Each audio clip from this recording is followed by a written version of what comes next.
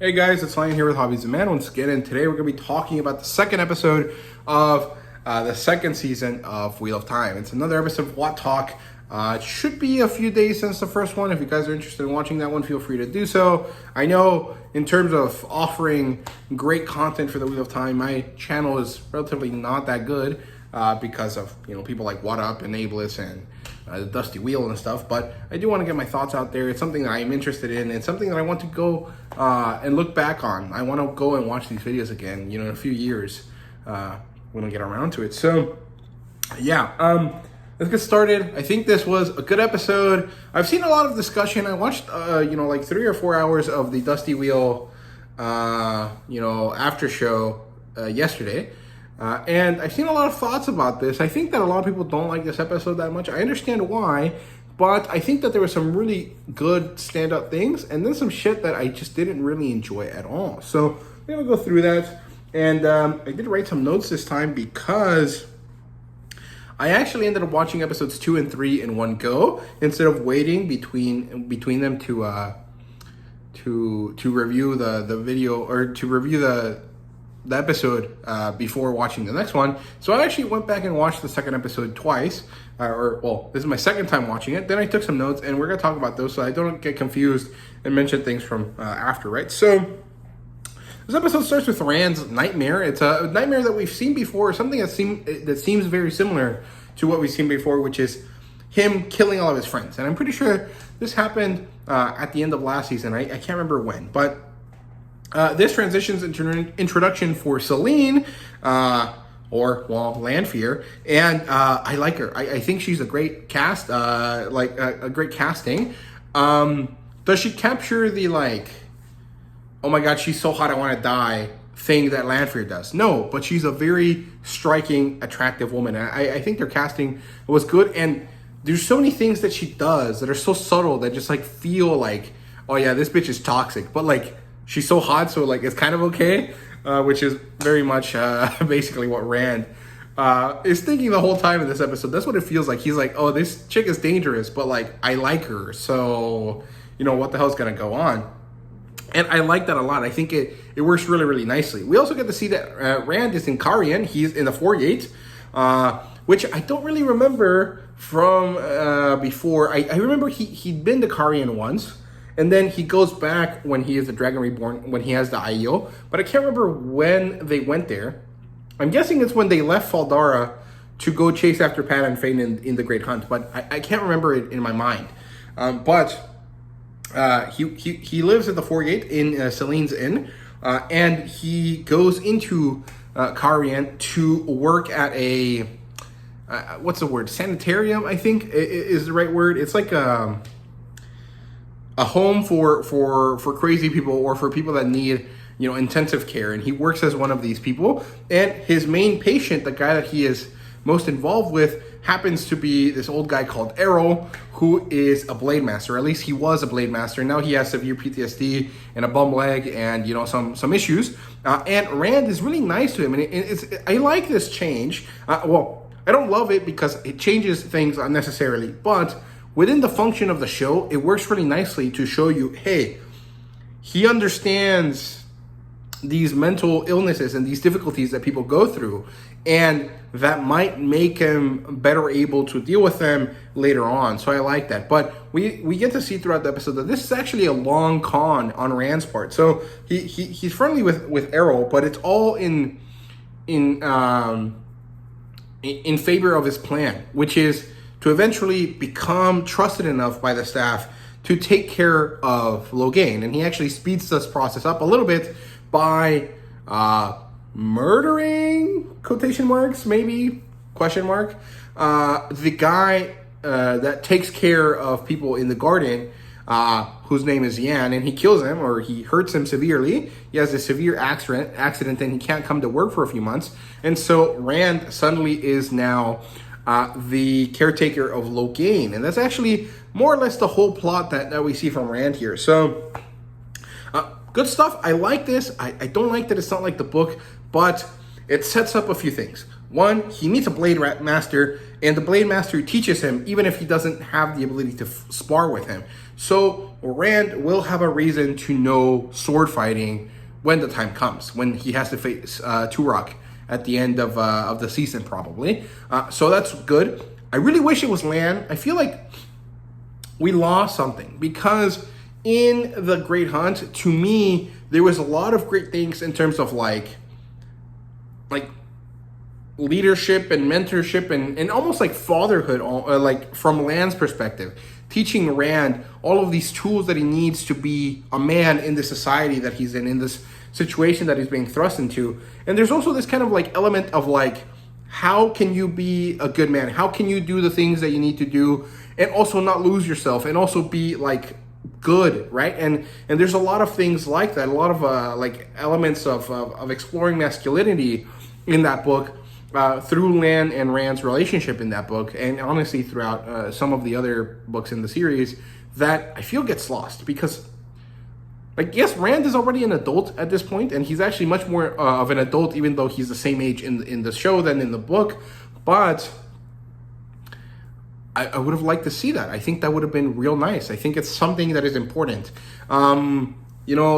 You could argue this because, Rafe Judkins and the people that are working on this want to make a female-centric show, so they wouldn't want to have stuff like that.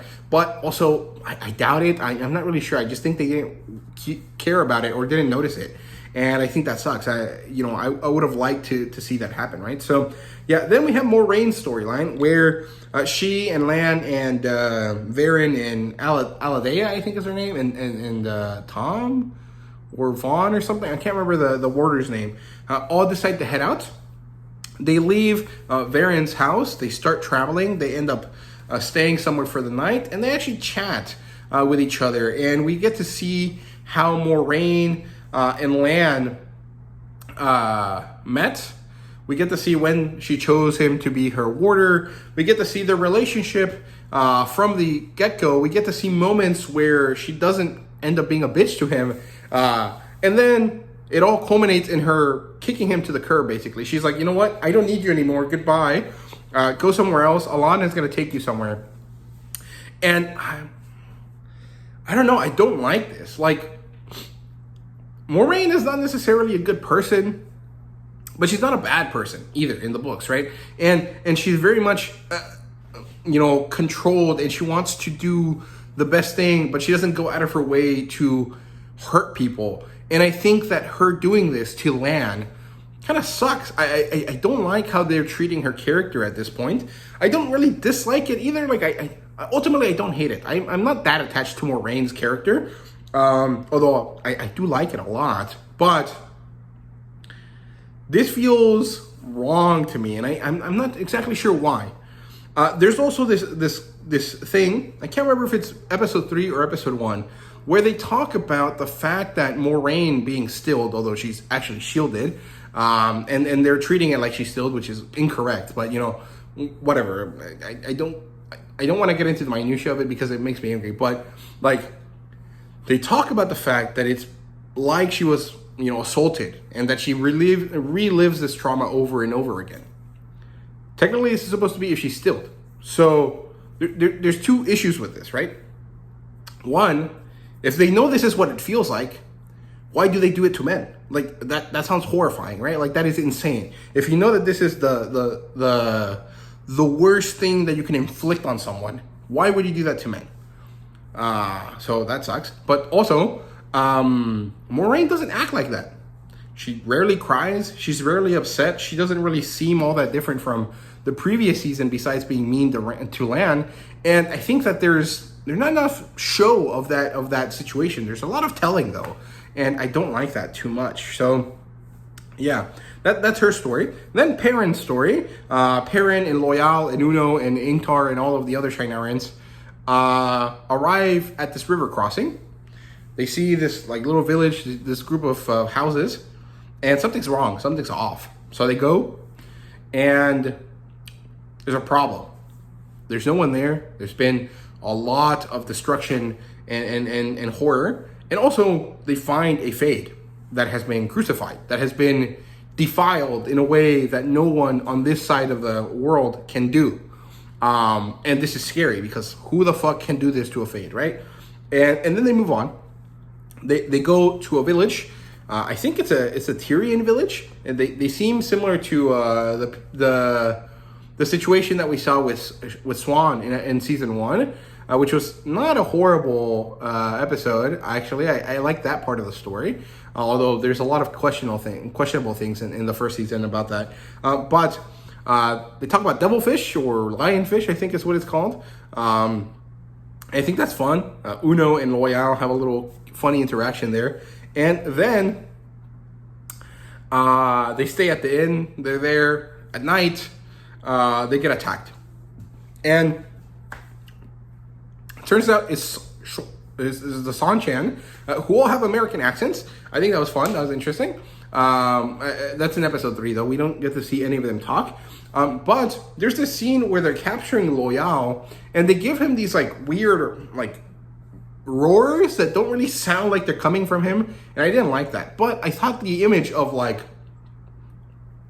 10 men trying to drag down Loyal and not being able to, very good. The one thing I didn't love was that Perrin takes on one of the Shanchan, and he just spends like 5 minutes rolling around with him in the water, not really doing anything. Like dude, you're huge, you're strong, your whole character is, if I use my strength, I'm gonna hurt someone.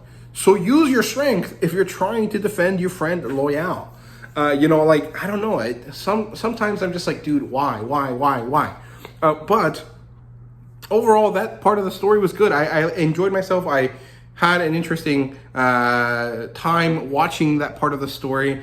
I liked it. I enjoyed Ingtar and the stuff that they talk about.